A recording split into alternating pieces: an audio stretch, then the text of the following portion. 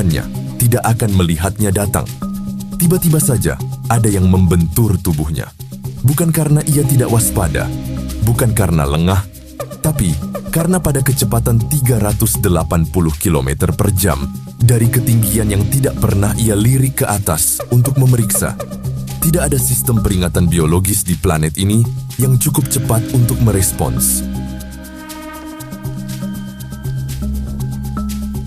Seekor bebek Mallard ini sedang terbang di ketinggian 100 meter. Sayapnya mengepak dalam ritme yang sudah ribuan kali ia lakukan. Udara di bawahnya, angin di sekitarnya, semuanya terasa seperti hari biasa. Tidak ada bau bahaya. Tidak ada gerakan yang mencurigakan di cakrawala. Langit di sekitarnya kosong. Namun yang tidak ia ketahui, langit di atasnya tidak kosong. Jauh di sana, terlalu tinggi untuk dilihat tanpa mendongak dengan sengaja, terlalu kecil untuk dikenali sebagai ancaman. Bahkan kalau terlihat, ada titik hitam kecil yang sedang diam, melayang, mengamati. Titik itu sudah melihat bebek ini sejak tadi dan sudah memutuskan menguncinya dengan melipat sayapnya ke tubuh. Bukan perlahan, dalam satu gerakan yang lebih cepat dari kedipan mata, ia menutup semua permukaan yang bisa menangkap angin dan mengubah dirinya dari burung menjadi sesuatu yang lebih menyerupai batu yang ditembakkan ke bawah oleh gravitasi dengan tujuan yang sangat fokus. Dalam hitungan detik, ia merobek udara dengan kecepatan yang tidak pernah dicapai oleh makhluk hidup lain manapun di bumi ini. Ia tidak sedang terbang, ia sedang jatuh dengan satu tujuan. Dari ribuan meter di atasnya, ia sudah menghitung sudut, kecepatan, dan lintasan intersepsi dengan presisi. Detik pertama, 100 km per jam. Detik kedua, 200. Detik ketiga, 300. Duar. Satu hantaman, satu detik yang tidak bisa diulang. Kontak berlangsung dalam sepersekian detik, bukan cengkeraman, bukan terkaman, tapi hantaman dari kaki yang mengepal, momentum 380 km per jam diarahkan tepat ke leher bebek Mallard.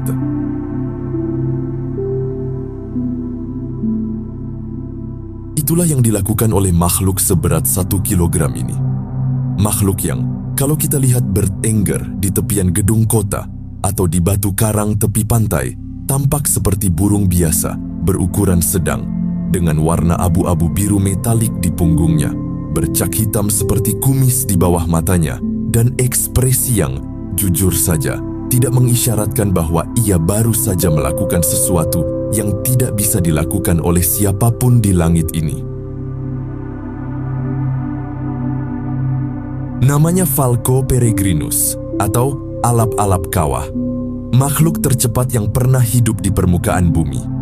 380 km per jam, lebih cepat dari mobil balap Formula 1 di sirkuit lurus. Falco peregrinus dalam bahasa Latin yang kira-kira artinya elang pengembara adalah burung yang ditemukan di hampir setiap sudut planet ini. Dari tebing-tebing Arktik hingga kota-kota tropis. Dari padang tundra yang membeku hingga gedung-gedung pencakar langit modern. Tidak ada benua yang tidak ditinggalinya kecuali Antartika.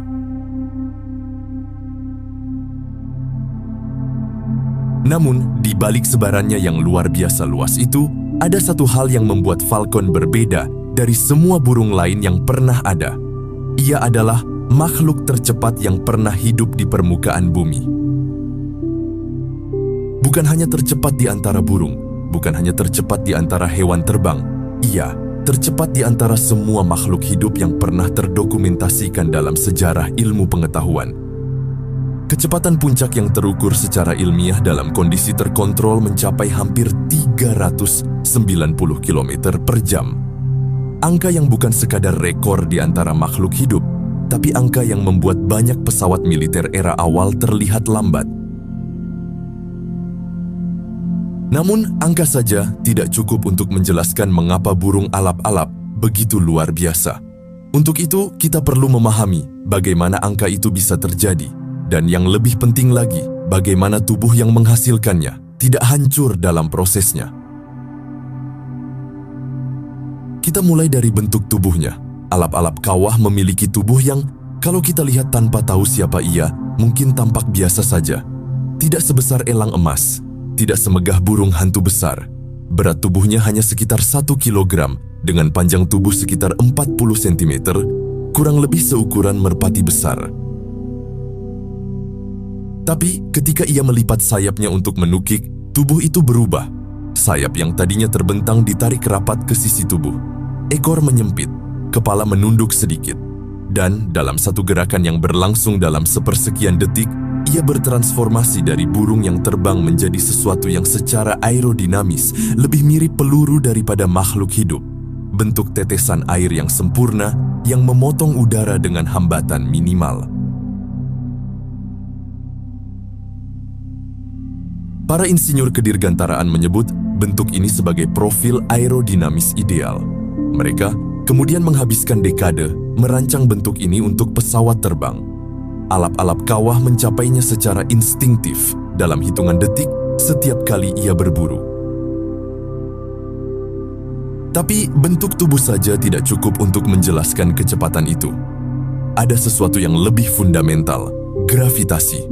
Dengan naik setinggi mungkin sebelum menukik, alap-alap kawah mengonversi ketinggian menjadi energi kinetik, potensi energi yang terakumulasi di setiap meter ketinggian yang ia capai dan dilepaskan sekaligus saat ia menukik ke bawah. Semakin tinggi titik awalnya, semakin besar energi yang tersedia. Semakin besar energi itu, semakin cepat kecepatan maksimalnya. Ini adalah hukum fisika yang sama dengan roller coaster. Hanya saja, roller coaster tidak bergerak hampir 400 km per jam dan tidak bisa berbelok untuk mengejar mangsa yang mencoba melarikan diri. Namun, ada masalah yang muncul ketika tubuh kecil Falcon bergerak secepat itu, yaitu napas.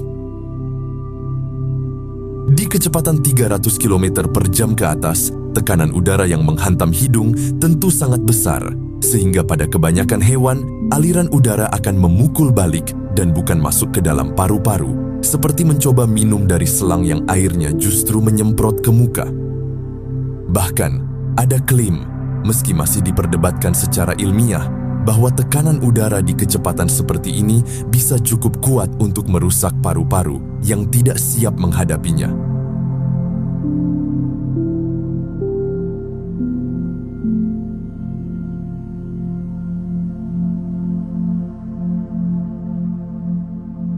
Alap-alap kawah memiliki solusi yang sudah ada jutaan tahun sebelum insinyur manusia menemukannya. Di dalam lubang hidungnya terdapat tonjolan tulang kecil berbentuk kerucut yang disebut tubercle, sebuah deflektor udara alami yang mengatur aliran udara masuk ke hidung, memperlambat dan mengarahkannya sehingga paru-paru tetap bisa bernapas bahkan di kecepatan ekstrim. Sistem yang sama persis kemudian diterapkan oleh para insinyur militer ke dalam desain inlet udara mesin jet tempur supersonik. Kerucut yang ada di tengah saluran udara mesin jet yang memungkinkan mesin tetap bekerja tanpa tersedak pada kecepatan tinggi. Alam menemukannya dulu, manusia menirunya kemudian.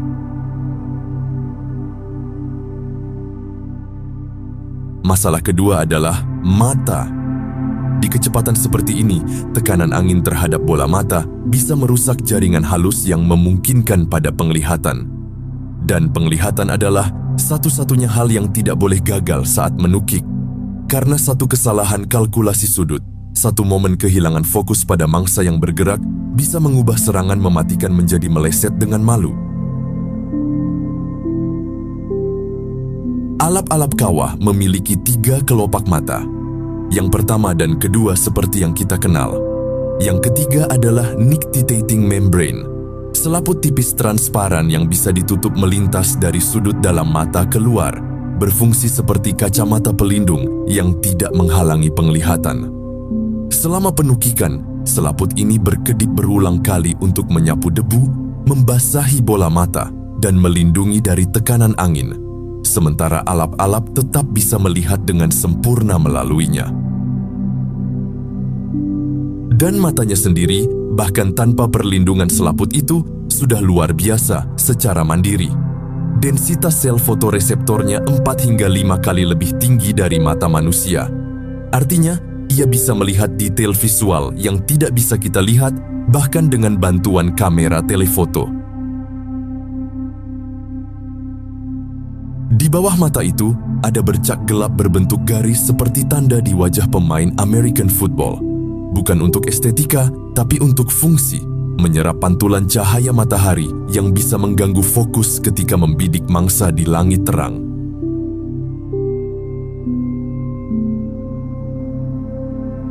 Masalah ketiga, dan mungkin yang paling menakjubkan, manuver menukik lurus ke bawah dengan kecepatan hampir 400 km per jam adalah satu hal. Menukik dengan kecepatan itu sambil mengejar mangsa yang berbelok, yang mencoba melarikan diri, yang bergerak tidak terduga. Itu hal yang berbeda sama sekali. Para peneliti dari Universitas Oxford dan Universitas Groningen yang memodelkan serangan alap-alap kawah secara komputasional menemukan sesuatu yang mengejutkan.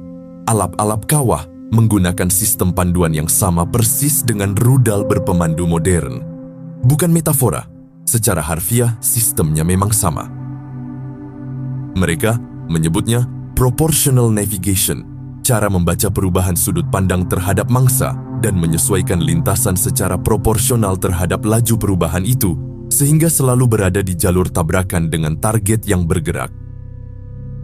Sistem yang digunakan di rudal-rudal militer abad 21 sudah ada di otak alap-alap kawah jutaan tahun sebelum manusia bahkan bisa bermimpi tentang rudal. Dan ada satu temuan lagi dari penelitian itu yang tidak terduga. Menukik dengan kecepatan tinggi bukan hanya membuat alap-alap lebih cepat. Kecepatan tinggi justru meningkatkan kemampuan manuvernya. Semakin cepat ia bergerak, semakin besar gaya aerodinamis yang bekerja pada tubuhnya, dan gaya itu yang memberi kemampuan berbelok tajam yang tidak bisa ia lakukan di kecepatan lebih rendah.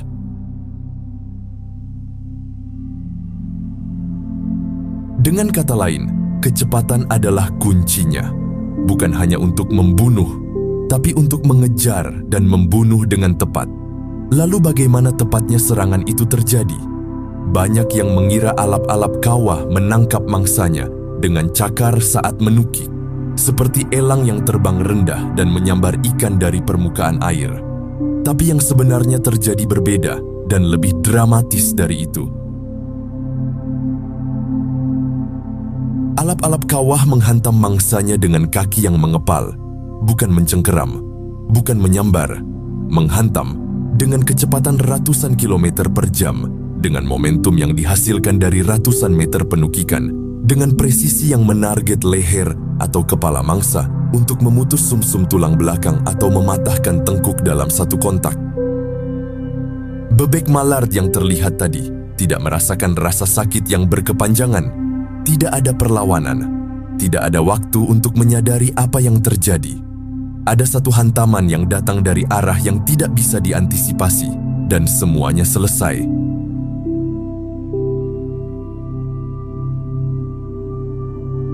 Setelah hantaman itu, alap-alap kawah memutar tubuhnya, kembali ke titik jatuhnya mangsa, dan baru kemudian mencengkeram dengan cakarnya.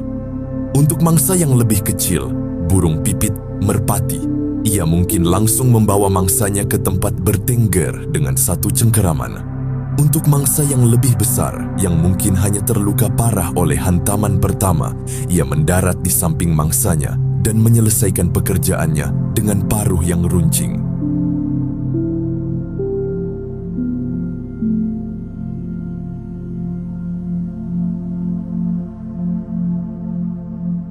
Di langit tidak ada predator lain yang berburu dengan cara ini.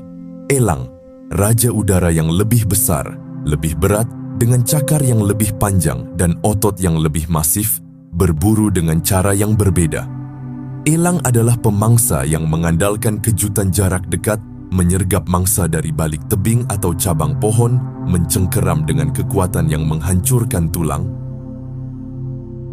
Elang adalah pegulat di langit, memeluk mangsanya dengan erat dan tidak melepaskan sampai perlawanan berhenti. Alap-alap kawah tidak pegulat, ia sniper. Dan perbedaan strategi ini menciptakan dinamika yang tidak terduga ketika keduanya berbagi langit yang sama. Alap-alap kawah lebih kecil dari elang. Dalam konfrontasi langsung, dalam pertarungan jarak dekat yang mengandalkan kekuatan dan ukuran, ia tidak akan menang melawan elang emas atau elang botak dewasa. Ini adalah kelemahan fisik yang nyata dan tidak ada gunanya berpura-pura sebaliknya. Tapi alap-alap kawah tidak bertarung secara langsung kalau bisa dihindari. Ketika elang memasuki wilayah alap-alap kawah, terutama di musim bersarang, ketika telur dan anak-anak berada di sarang, yang terjadi bukan konfrontasi diam-diam. Yang terjadi adalah serangan udara berulang. Alap-alap kawah naik ke atas posisi elang, lalu menukik, bukan untuk membunuh karena ia tahu elang terlalu besar untuk satu hantaman saja, tapi untuk memaksa elang berbelok, terganggu konsentrasinya, kehilangan arus udara yang ia manfaatkan, terpaksa merespons ancaman yang datang dari atas. Elang yang biasanya angker dan mendominasi dalam situasi ini memilih untuk tidak melawan balik. Bukan karena takut secara mutlak, tapi karena kalkulus risiko manfaat tidak menguntungkan. Apa yang didapat dengan melawan alap-alap yang menyerang dari atas berulang kali? Risiko terluka, energi yang terbuang, dan tanah yang tidak sebanding dengan harga itu lebih mudah pergi. Dalam pertarungan udara itu, kecepatan dan inisiatif menang atas ukuran. Siapa yang menyerang dari posisi lebih tinggi, yang datang lebih cepat, yang menentukan tempo pertarungan, dialah yang menang. Dan alap-alap kawah selalu menjadi yang lebih tinggi. Ada satu hal terakhir tentang alap-alap kawah yang layak untuk kita bawa pergi dari kisah ini. Sejak ribuan tahun lalu, jauh sebelum ada pesawat terbang, jauh sebelum ada radar atau rudal, manusia sudah mengenal alap-alap kawah dengan sangat akrab. Di Mesopotamia kuno, di Mesir Fir'aun, di Eropa abad pertengahan. Alap-alap kawah adalah burung para raja. Hanya bangsawan dan raja yang boleh memiliki dan melatih alap-alap kawah untuk berburu. Ia bukan sekadar alat berburu, ia adalah simbol kekuasaan, simbol ketinggian status, simbol bahwa ada sesuatu yang terbang lebih cepat dan lebih indah dari apapun yang bisa diciptakan oleh tangan manusia.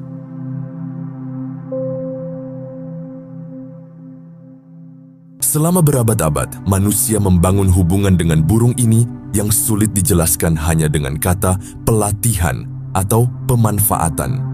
Para falconer, orang-orang yang melatih alap-alap kawah untuk berburu bersama mereka, berbicara tentang burung-burung mereka dengan cara yang tidak terdengar seperti hubungan antara manusia dan alat, tapi lebih seperti hubungan antara dua jenis kesadaran yang sangat berbeda yang menemukan cara untuk berkomunikasi.